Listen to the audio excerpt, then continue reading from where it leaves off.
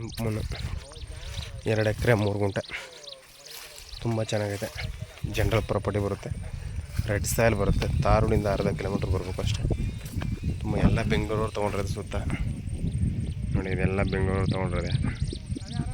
ಅಲ್ಲೂ ಬೆಂಗಳೂರು ತೊಗೊಂಡಿದ್ದಾರೆ, ಇಲ್ಲೊಂದು ಬೆಂಗಳೂರು ಸುತ್ತ ಏನೂ ಮಾಡೋಂಗಿಲ್ಲ. ಬೋರ್ ಹೊಡಿಸ್ಕೊಂಡು ಪಕ್ಕದಲ್ಲೇ ಲೈನ್ ಇದೆ, ಸುತ್ತ ಫೆನ್ಸಿಂಗ್ ಗಿನ್ಸಿಂಗ್ ಎಲ್ಲ ಆಗ್ಬಿಟ್ಟಿದೆ. ಎಲ್ಲ ತೊಗೊಬಿಟ್ಟಿದ್ದಾರೆ ಬೆಂಗಳೂರು. 2 ಎಕರೆ 3 ಗುಂಟೆ, ತುಂಬ ಚೆನ್ನಾಗಿದೆ. ಜನರಲ್ ಪ್ರಾಪರ್ಟಿ ಬರುತ್ತೆ.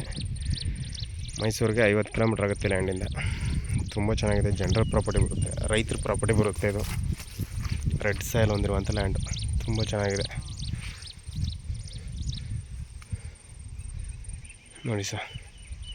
ಮೈಸೂರಿಗೆ 50 ಕಿಲೋಮೀಟ್ರು, NH ರೋಡ್ಗೆ ಕರೆಕ್ಟಾಗಿ